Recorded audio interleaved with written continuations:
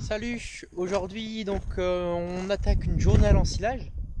Donc nous en fait là on va aller chez des voisins, donc des collègues agriculteurs chez qui on fait de l'entraide pour les ensilages. Donc nous on a ensilé ce matin nos 7 hectares de maïs. Ce qu'on est quand même content parce qu'il y a de la qualité, mais je vais pas vous montrer là parce que c'est bâché. Alors bilan de l'année, il y a eu de la qualité, on a eu de la chance parce que on a eu de l'eau à la floraison. Mais en début de végétation, le maïs n'a pas du tout eu un brin d'eau, donc du coup il était bas. Donc ce qui fait qu'on a fait un maïs à peu près qui a donné aux alentours, c'est une estimation à peu près 5 tonnes de matière sèche à l'hectare. Quand des maïs irrigués peuvent en faire 15. Bon après on était dans la plaine, donc dans des terres qui ne retiennent pas beaucoup l'eau, donc on est quand même plutôt satisfait, même si on peut voir, ça fait pas un gros tas, hein. On n'a pas été jusqu'au bord du mur parce que justement, quand on ouvre le silo, il faut essayer d'avancer le plus rapidement, ce qu'on appelle le fourgon d'attaque, le plus rapidement et le plus régulier possible, pour pas que l'ensilage rechauffe et donc perde en valeur, qu'il y ait des mycotoxines qui puissent arriver, donc que ce soit nocif pour les vaches, etc. Donc bon, sans plus tarder, on va chez le voisin. Nous, ce matin, on n'était pas disponible, donc il y a d'autres agriculteurs, d'autres éleveurs qui ont commencé le chantier sans nous, chez eux. Et puis donc là, moi, je vais les rejoindre parce qu'on attaque les champs qui sont un petit peu plus éloignés. Allez, go! Pour tout achat d'un utilitaire, on vous offre 500 € de carburant. Du coup, c'est tout par 15 maintenant. Bon courage pour le pastèque alors.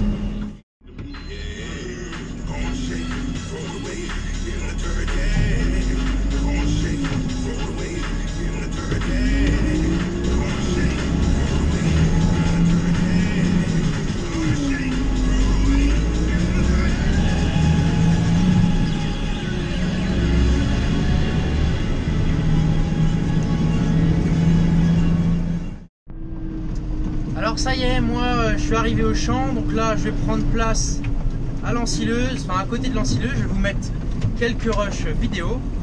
Donc comme je vous disais tout à l'heure, en élevage on a encore pas mal d'entraide, parce que c'est vrai que les ensilages ça nécessite pas mal de main d'œuvre sur un instant T, et donc c'est bien de pouvoir compter sur les autres collègues voisins pour s'entraider à faire un chantier correct, à savoir que comme ça de faire appel à une entreprise de travaux agricoles ou alors à une CUMA, c'est assez onéreux, ça coûte pas mal d'argent, donc moins on peut faire attendre l'ensileuse, mieux c'est. Donc l'idéal c'est d'avoir on prévoit donc le nombre de bennes par rapport à la distance des champs, et pour qu'on ait un roulement et que dès que les bennes sont pleines, il y a une autre benne à côté qui prenne le relais et ainsi de suite. Bon voilà, puis après donc si ça vous intéresse, je vous remets la vidéo d'il y a 1 an ou 2 ans, vous l'aurez en haut à droite de votre écran, où ce coup-ci j'étais au tas d'ensilage, donc je m'occupais de tasser pour assurer la bonne conservation de l'ensilage. Et donc c'est un travail un peu différent aussi qui demande beaucoup d'attention. Donc je vous mets ça en haut à droite de votre écran. Et puis donc moi je suis reparti à rouler les bennes et je vous mets quelques rushs vidéo.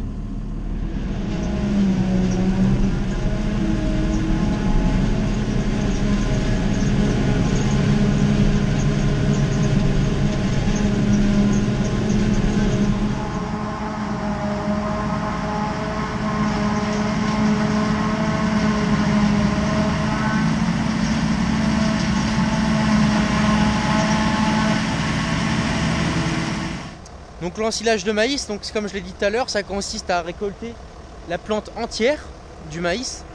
Et donc on va rechercher cette plante est très utilisée en élevage parce que c'est une plante qui est très riche en amidon. L'amidon qui est essentiellement contenu dans le grain.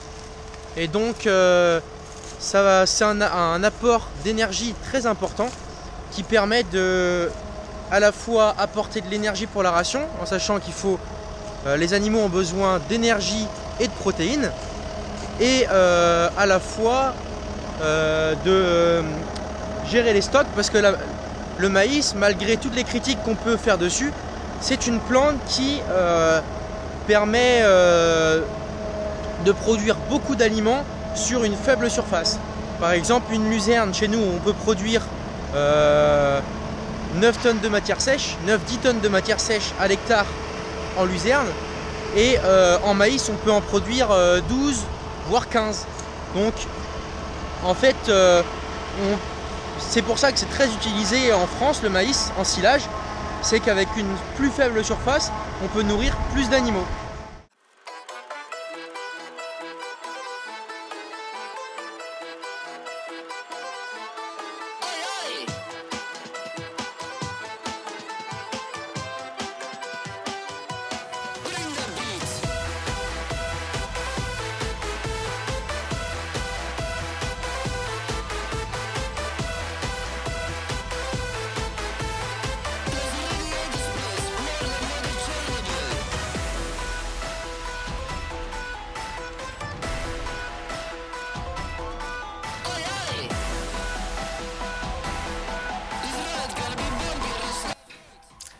Bon bah ça y est, pour moi la journée se termine, donc je viens d'arriver à la ferme.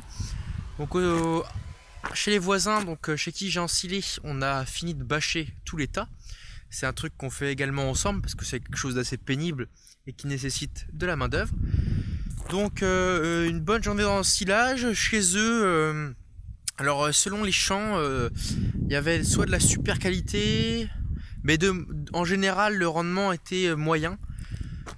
Mais autrement, il y avait de la qualité plutôt correcte. Il n'y a pas trop à se plaindre cette année pour ça.